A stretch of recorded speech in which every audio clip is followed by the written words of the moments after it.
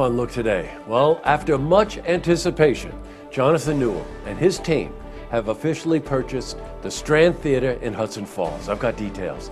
And the Warren County's Emergency Mobile Communications Unit is now operational. More on that coming up. And Congresswoman Elise Stefanik continues to garner support. I've got details. It's all ahead on Look Today.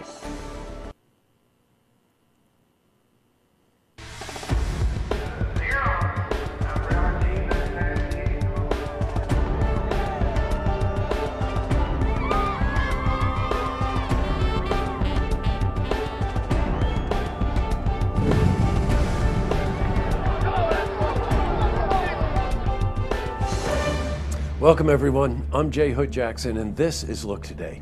In tonight's program, I sit down with Maggie Frank. She's the Executive Director of Wellspring in Saratoga.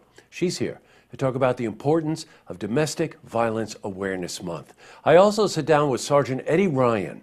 Now, he's a Marine and an injured veteran.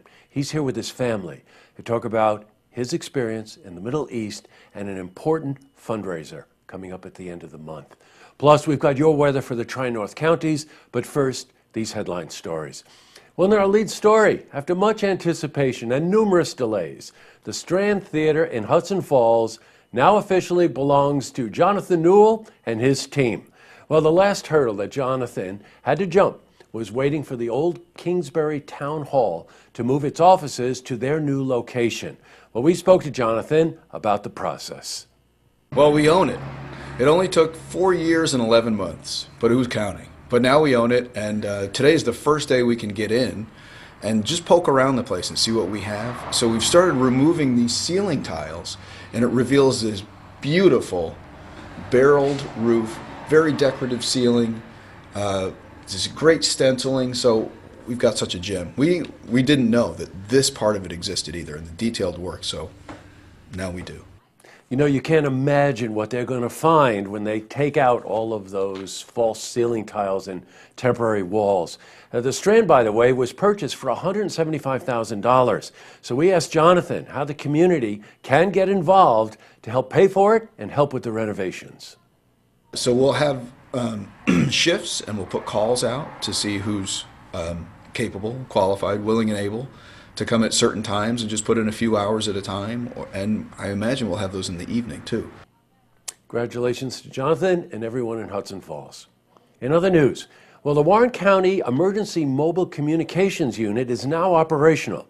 The vehicle can serve as a mobile emergency dispatching center and can be used for multiple purposes, including searches. And the vehicle itself was donated by the Glens Falls Hospital.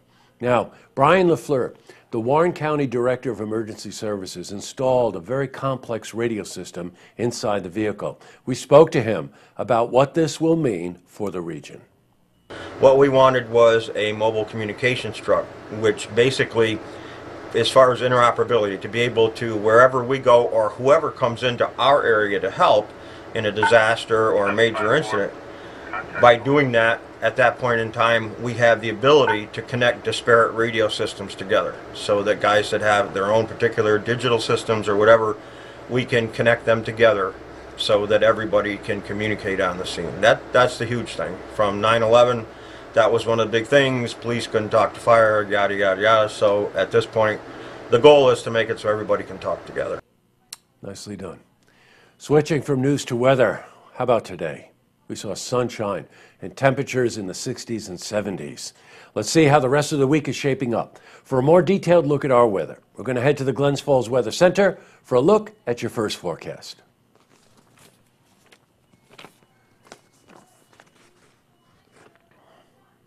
Back to the news. Well, as the 21st Congressional District candidates prepare for their second debate, it's apparent who's in the lead.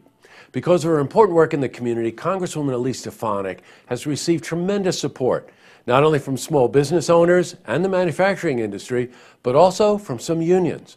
Well, Congresswoman Stefanik's re-election campaign has received donations from all 12 counties. Moreover, they've raised about $618,000 in the third quarter of the campaign. Now, among her third quarter donors, I think it's important to note that former U.S. Army Secretary and representative of our region, John McHugh. In other news, The exit ramp at exit 20 going north on I-87 will be closed tomorrow. This is due to paving crews. The ramp will be closed between 8 a.m. and 3 p.m., so take notice. Drivers will be detoured off of exits 19 or 21, so prepare. Up next, I sit down with Maggie Frank.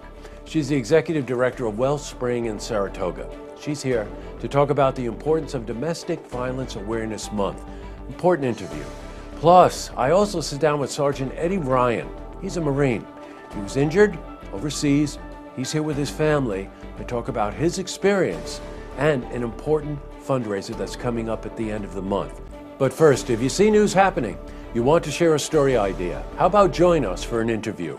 Give us a call on the hotline. The number is 798-8000.